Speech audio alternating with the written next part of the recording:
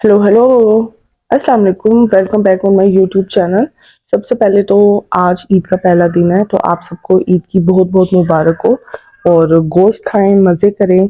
और मैं आज का व्लॉग काफ़ी दिन के बाद बना रही हूँ क्योंकि एक तो मैं बहुत ज़्यादा बिजी थी जॉब की वजह से, और दूसरा मुझे बिल्कुल भी टाइम नहीं मिला है। मेरे पास काफ़ी ज़्यादा मसरूफियात थी, तो 10 दिन से ऊपर ही हो गए हैं मुझे वीडियो डालने का टाइम नहीं मिला। तो अब ईद की छुट्टियां आई हैं, तो मैंने कहा फाइनली अब मैं ज़रूर वीडियो डालूंगी। और ये ईद जो है ना, ये मैंने यहीं पे की है। मैं ससुराल नहीं गई थी, इधर अपनी मामा की तरफ ही थी। तो यहाँ पे इतना ज़्यादा मज़ा नहीं आया क्योंकि यहाँ पे लिमिटेड लोग हैं। तो जब मैं मुल्तान जाती हूँ तब मुझे वहाँ पे ज़्यादा मज़ा आता है। तो खैर, ये मेरा ईद का जोड़ा था। जो एक्चुअल जोड़ा मैंने लिया था वो दर्जी ने सिया ही नहीं। तो फिर मुझे ये पहले का सिल के पड़ा हुआ था, तो फिर मुझे यही पहनना पड़ा क्योंकि दर्जी के पास टाइम नहीं था और उसने मना कर दिया था सूट सीने से। तो ये मैंने पहले लिया था, क्रिम्सन का रेप्लिका था। उनका प्रीवियस एडिशन था कोई, उसमें से था। तो फिर मैंने कहा चलो यही पहन लेती हूँ, कुछ ना होने से तो कुछ होना बेहतर ही है। ये है मेरा ट्रेजर बॉक्स। इसके अंदर मेरी सारी ज्वेलरी पड़ी होती है। मैं अपनी ज्वेलरी पुरानी भी होती है तो संभाल के रखती हूँ। मैं सिर्फ वो ज्वेलरी जो मैंने बिल्कुल भी नहीं पहनी होती ना, वो मैं दे देती हूँ किसी को। अदरवाइज मेरी हमेशा सारी चीजें जो है ना बड़ी सेफली पड़ी होती हैं। और काफी सारी चीजें तो ऐसी हैं जो कि 5-5 6-6 साल पुरानी भी हैं, और वो बिल्कुल ऐसे न्यू की न्यू मैंने रखी हुई हैं। तो खैर, मैंने इसके साथ कोई नई ज्वेलरी तो नहीं ली थी, तो मेरे पास जो ज्वेलरी पड़ी थी उसी में से मैंने सिलेक्ट की। तो रिंग तो मेरे पास ये थी, और ये मेरे पास छोटे झुमके पड़े हुए थे। और ये मेरे पास काफी पुराने थे, शादी से पहले के पड़े हुए थे। बल्कि इनको तो 4-5 साल हुए हुए हैं लिए हुए। तो मुझे यही इसके साथ मैचिंग अच्छे लग रहे थे, तो मैंने कहा चलो यही पहन लेती हूँ मैं। तो फिर मैंने यही पहने थे। अच्छा, आजकल आपको पता है मेंटल हेल्थ के बारे में काफ़ी ज़्यादा बात होती है और लोगों को काफ़ी ज़्यादा अवेयरनेस भी आ गई है। और आधी अवाम तो कह रही होती है हमें डिप्रेशन है, डिप्रेशन है। जिनको नहीं भी पता होता डिप्रेशन का, वो भी कह रहे होते हैं। छोटे छोटे बच्चों को आजकल डिप्रेशन हो रहा है। तो इसके पीछे मेरे ख्याल से जो मेन रीज़न है ना, वो ये है कि हम लोग ऐसी चीज़ों के पीछे भाग रहे हैं जो कि हमारे मज़हब ने हमें उनके पीछे भागने के लिए कहा ही नहीं है। और जब हम उनके पीछे भागेंगे और हमें वो अचीव नहीं होंगे, तो ऑब्वियसली हमें डिप्रेशन ही होगा। डिप्रेशन मोस्टली लोगों को तभी होता है जब वो कोई चीज़ अचीव करना चाहते हैं और फिर उन्हें वो चीज़ नहीं मिल पाती है। तो उन्हें लगता है कि ये बड़ी इंपॉर्टेंट चीज़ थी और हमसे मिस हो गई है, तो अब पता नहीं हमारी ज़िंदगी में क्या कमी रह गई है। और इसके पीछे जो मेन चीज़ है ना, वो पेरेंट्स होते हैं यूजुअली। और सोसाइटी का प्रेशर तो होता है, लेकिन मेनली तौर पे पेरेंट्स और फैमिली होती है। पेरेंट्स और फैमिली बच्चे को जैसे फीड करते हैं ना, बच्चा वैसे ही सोचता है। अगर वो बच्चे को ये फीड करेंगे शुरू से कि आपको पता है हमारे यहाँ पे सक्सेस की डेफिनेशन क्या है, कि आपके पास एक बहुत अच्छा घर हो, एक अच्छी जॉब हो, या आपका अच्छा बिजनेस है, आप लाखों करोड़ों रुपया कमा रहे हैं, तो भाई आप बहुत सक्सेसफुल है। लेकिन एक्चुअली तो ये सक्सेस की डेफिनेशन नहीं है ना। सब लोग इस पे पूरा भी नहीं उतर सकते। मोस्ट कॉमनली डिप्रेशन के पीछे ना ज़्यादातर फैमिली का ही याद होता है, क्योंकि वही बच्चों को हर वक्त सुनाते रहते हैं बातें कि भाई फलाने का बच्चा ये बन गया है, तुम नहीं बने हो। या फलाने के बच्चे ने इतने पैसे कमा लिए हैं, या उसके पास इतना पैसा है और तुम कुछ नहीं कर रहे हो। तो ये हमारी अपनी फैमिली की चीज़ें होती हैं जो बच्चे में फीड की जाती हैं, और उसके रिजल्ट में उसको मेंटल हेल्थ के इश्यूज आते हैं। तो इस सब के पीछे ना सबसे जो मेन चीज़ है वो यही है कि भाई हम लोग जो सा है ना, अपनी इस्लाम की तालीमात से बहुत दूर हैं। हमें ये चीज़ पता ही नहीं है कि अल्लाह ताला ने हमें क्या कहा है, एक्चुअली हमारा इस दुनिया में आने का मकसद क्या है। और इंसान की ज़िंदगी में ना बड़ी आसानी आ जाती है अगर वो अल्लाह ताला की रज़ा में खुश होना सीख ले। अच्छा, ये शूज़ मैंने लिए थे एथनिक से। तो ये मैंने पहने, तो इसका कलर जो है ना बिल्कुल रेड था, जबकि मेरे ड्रेस का कलर मरून था, तो मैच नहीं हो रहा था। फिर मैंने कहा चलो मैं ये ग्रीन वाले शूज़ पहन के देखती हूँ जो मेरी छोटी ईद वाले थे। तो ये भी मुझे इसके अंदर साथ में इतने जाते हुए फील नहीं हो रहे थे, सही नहीं लग रहे थे मुझे इतने। तो मेरे पास ये चप्पल पड़ी हुई थी पुरानी, तो मैंने कहा यही सही मैच हो रही है। ये पिक्चर में इतना इसका कलर मैच नहीं हो रहा है, लेकिन एक्चुअली जो सा ना ये बिल्कुल मैच थी और अच्छी लग रही थी। फिर मैंने यही पहनी थी। फिर मैंने थोड़ा सा फोटो शूट किया। फोटो शूट करते रही, इसमें काफी टाइम लगा, गर्मी बहुत थी। लेकिन मुल्तान की गर्मी से यहाँ पे काफी फर्क था क्योंकि बारिशें वगैरह हुई थी, तो मौसम कुछ बेहतर था। तो बल्कि ईद से पिछले दिन जो उनका बड़ा ज़बरदस्त मौसम था, बारिश वगैरह हो रही थी, काफ़ी अच्छा था। तो अच्छा, डिप्रेशन की बात कर रही थी मैं। तो डिप्रेशन में यही होता है कि हमारे जो आसपास के लोग होते हैं ना, वो गलत चीजें फीड करते हैं, और इंसान की नेचर है वो कभी भी जिंदगी में सेटिस्फाई नहीं होता है। आप जो कुछ भी अचीव करना चाहें, जब आप वो अचीव कर लेते हैं ना, उसके बाद आपको कुछ और चाहिए होता है और आप किसी और चीज की जुस्तजू में लगे रहते हैं। तो इस वजह से मैं कहती हूँ, मेरा पर्सनल मानना यही है कि अल्लाह ताला ने आपके नसीब में जो चीज लिखी है ना, उसको कोई छीन नहीं सकता, और जो चीज अल्लाह ताला ने आपके नसीब में नहीं लिखी, वो आपको मिल नहीं सकती। इसलिए जिंदगी गुजारने का सबसे आसान तरीका यही है कि अल्लाह ताला की रजा में खुश होना सीख लें। अल्लाह ताला ने आपको जो चीज दी है, उसमें अल्लाह ताला की बेहतरी है, और जो चीज नहीं दी उसमें भी अल्लाह ताला की बेहतरी है।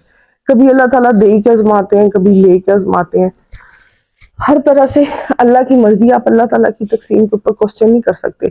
एक टाइम था, मैं इन सब चीज़ों का शिकार हो चुकी हूँ, इस वजह से मैं इस बारे में बात कर रही हूँ। जब आप दूसरे लोगों को देखते हैं, आपके एज फेलोज हैं, आपके साथ ही पढ़ते थे या कुछ भी वट एवर, वो इतनी चीजें अचीव कर रहे हैं और आप अचीव नहीं कर पाए हैं, तब आपको बड़ा फील होता है कि भाई मैंने तो इतनी मेहनत की, मुझे ये चीज नहीं मिली और उसको मिल गई। लेकिन हर बंदे के लिए अल्लाह ताला ने अलग तरह के फल रखे होते हैं। जैसे कहते हैं ना, सब्र करते हैं तो फल मिलता है। तो मेहनत का जो भी फल मिलता है ना, हर बंदे के लिए अलग तरह का होता है। किसी को किस चीज का फल मिल रहा होता है, किसी को किसी चीज का फल मिल रहा होता है। तो ये सब चीजें जो है, दुनिया आजमाइश है, ये चलती रहेगी, सो ऑन रहता है हमेशा। तो घर मैंने थोड़ा सा ईद के लिए सेट किया था, मैंने कहा थोड़ा सा यहाँ पे पिक्चर्स वगैरह बनाऊंगी। तो मुझे अच्छा लगता है अगर हर चीज सेट हो, अपनी जगह पे हो, तो मुझे पर्सनली जो है ना अच्छी फीलिंग आती है। और ये एलिफेंट है, कि मैंने एक वीडियो बनाई है, नेक्स्ट मैं डालूंगी। ये यहाँ पे ना पत्थर की चीजें काफी फेमस हैं टेक्सला की, तो वो मिलती हैं। वहां से मैं ये क्यूट सा एलिफेंट लेके आई थी। इसको साइड टेबल के भी तौर पे यूज कर सकते हैं, कॉर्नर में भी यूज कर सकते हैं। तो ये काफी अच्छा था। यहाँ टेक्सला की दो तीन चीजें ही फेमस हैं ज्यादा। एक तो यहाँ का म्यूजियम है, उसका भी मैं कभी आपको विजिट करवाऊंगी। दूसरा, यहाँ के स्टूपास हैं, वो ऐसे पहाड़ों के ऊपर बुद्धिज्म के जमाने की कब्रें और यूनिवर्सिटीज वगैरह बनी हुई हैं, उनको स्टूपास कहते हैं, वो हैं। और इसके अलावा ना ये पत्थर की चीजें हैं। कुछ शॉप्स हैं, जैसे रोड साइड पे ऐसे ओपन शॉप्स होती हैं, और वहां पे ये पत्थरों की वो जो कुंडी होती है जिसमें चीजें वगैरह पीसते हैं, वो हैं। और इस टाइप की और काफी सारी चीजें होती हैं। तो ये यहाँ पे काफी फेमस है। तो कभी मैं आपको नेक्स्ट किसी वीडियो में वहां का भी विजिट करवाऊंगी। तो अब मैं ये बिल्कुल रेडी हो गई थी और मैं मामा की तरफ जाने के लिए तैयार थी। और यहाँ से मैंने सबसे पहले तहजीब पे जाना था, वहां से मैंने केक लेना था, क्योंकि लास्ट टाइम मैंने वहां का मैंगो केक खाया था, मुझे बड़ा अच्छा लगा था।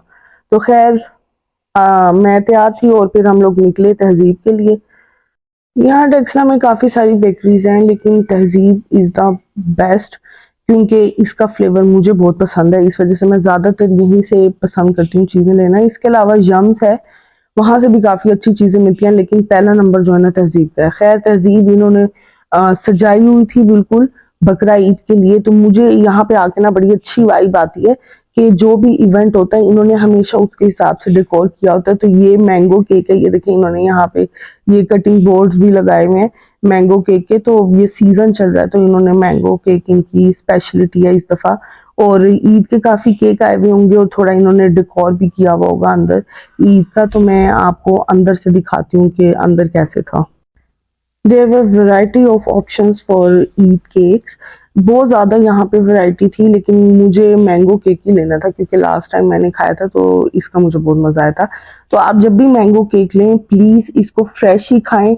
इसको अगर आप सुबह को रख के शाम को खाएंगे ना, तब भी इसका वो वाला टेस्ट नहीं होगा जो इसका फ्रेश का टेस्ट होता है, क्योंकि इसके अंदर काफ़ी ज़्यादा इन्होंने ना मॉइस्चर डाला हुआ होता है। और जैसे जैसे टाइम गुजरता जाता है ना, तो वो मॉइस्चर खत्म हो जाता है। तो मैंगो केक आपने फ्रेश ही खाना है। बाकी ये इनके पास बड़े क्यूट क्यूट केक्स पड़े हुए थे ईद के लिए। इस पे भी आप कुछ भी लिखवा के लेके जा सकते हैं। तो मैंने इसमें से तो कोई केक पसंद नहीं किया। वैसे ये दो केक काफी ज्यादा क्यूट थे। उसके अलावा इनके पास और भी काफी सारे आगे केक, इनके पास प्रिंटिंग वाले केक भी पड़े हुए थे। तो काफी वैरायटी थी।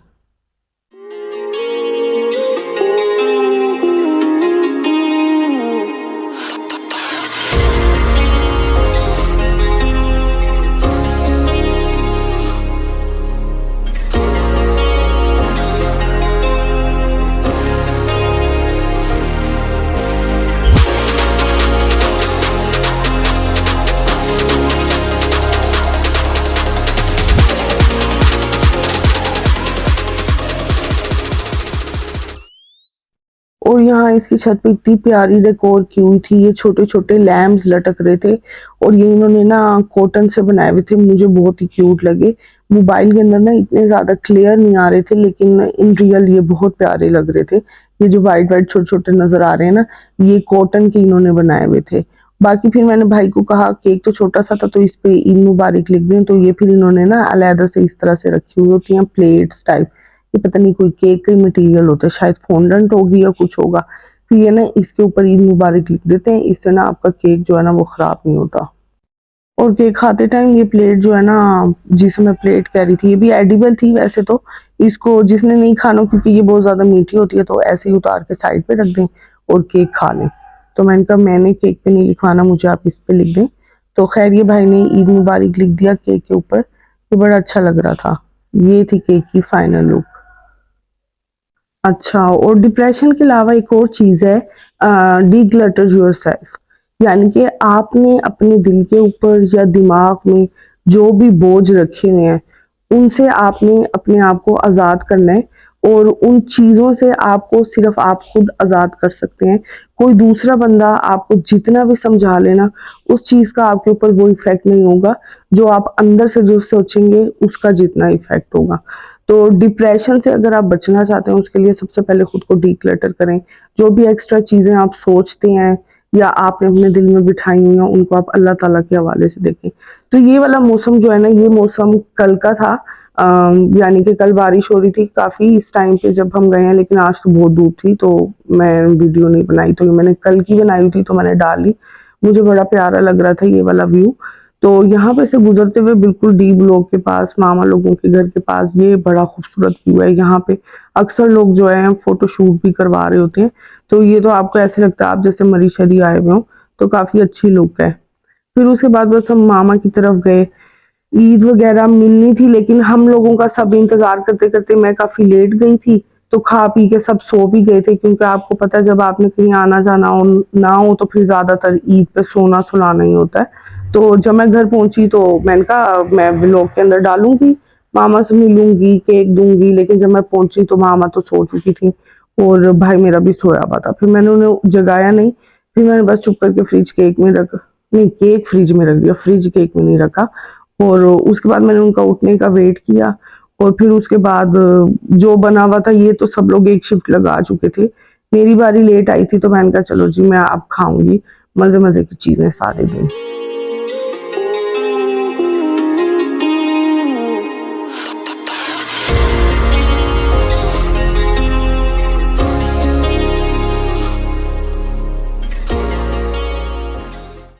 सब लोग खा चुके थे तो मैंने सबसे पहली शिफ्ट चना चाट की लगाई।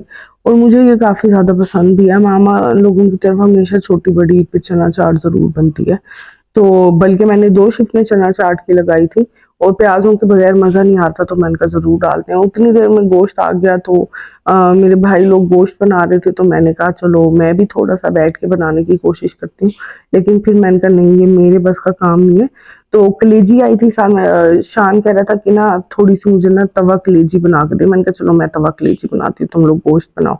तो मैंने खैर थोड़ी-सी कलेजी ली, बिल्कुल थोड़ी-सी, क्योंकि मैंने और शान ने खानी थी। तो मैंने ये तवा कलेजी तैयार की। अच्छी बनी थी काफ़ी, लेकिन इसमें थोड़ा-सा टाइम लगता है क्योंकि बीफ की है और यहाँ पे गोश्त ज़रा थोड़ा टाइम लेता है गलने में। तो मैं यही कहूँगी कि पहले इसको मैरिनेट करके ऊपर डालने के बजाय ना डायरेक्ट पानी के अंदर डालें, ताकि वो पहले गल जाए और फिर बाकी चीज़ें डालें ना, तो मेरे ख़्याल से फिर ज़्यादा मज़ेदार बनेगी। वैसे तो ये भी मज़े की बनी थी, लेकिन थोड़ा-सा ना इसको टाइम लगता है गलने में। तो कभी-कभी ऐसे होता है कि पानी खुश्क हो जाए तो चीज़ जल भी सकती है। तो इस वजह से ना इस चीज़ का ख़ास ख़्याल रखना है कि पानी डालते रहना टाइम टाइम से। तो फिर जो है ना वो जल्दी गल जाती है और सॉफ्ट सॉफ्ट बनती है दही की वजह से। और अगर क्रीम का 1 चम्मच डालें तो वो भी मज़े की लगेगी। इसमें मैंने सिंपल क्या किया था, दही लेके और उसमें लहसुन अदरक डाल के पेस्ट और बाकी सारे मिर्ची मसाले वगैरह डाल के, और फिर मैंने ना इसको तवे पे डाल दिया था। तो फिर इसका सब कुछ खुश्क हो गया था तो मैंने ऑयल डाल के ना इसको भून लिया था। और हरी मिर्चें डाली थी और एंड पे लेमन स्क्वीज किया था, जिससे ना इसका बड़ा मजे का टेस्ट आता है। लेमन के बगैर कलेजी खाने का ना मजा नहीं आता।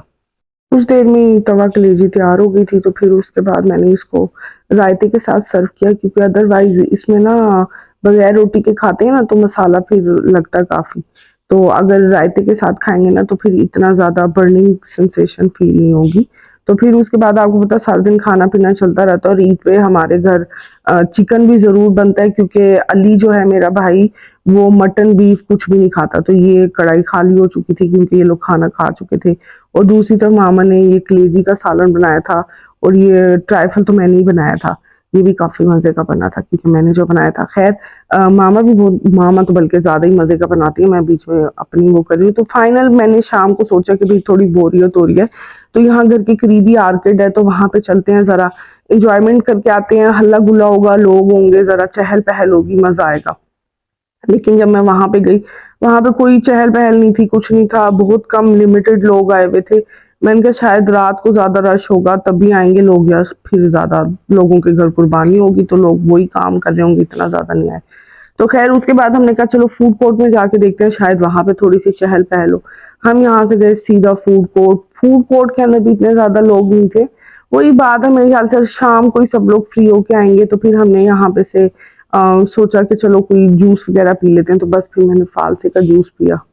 फ़ालसे के जूस में नमक ही नहीं डाला हुआ था। ख़ैर मैंने नमक डलवाया, मैंने कहा यहाँ पे नहीं डालते होंगे शायद, क्योंकि मुल्तान में तो नमक और चीनी दोनों चीज़ें डालते हैं। उसके बाद हमने कहा चलो बस अब घर जाते हैं और जाके सो जाते हैं। क्योंकि गर्मी बहुत है, एसी चलाते हैं और बस अब सोने का टाइम है। तो यहाँ पे गुज़रते-गुज़रते मुझे ये बुटीक के 2 आउटफिट्स नज़र आए तो मैंने कहा थोड़ा-सा इन्हें भी कैप्चर कर लूँ, क्योंकि इनके जो वेडिंग या पार्टी आउटफिट्स होते हैं मुझे हमेशा काफ़ी अच्छे लगते हैं। ये जो सिंपल कपड़े भी होते हैं उनको भी इन्होंने बड़ा अच्छा करके स्टिच किया हुआ होता है, तो अच्छे लगते हैं काफ़ी। चलें जी, अब नेक्स्ट व्लॉग के अंदर मुलाकात होगी।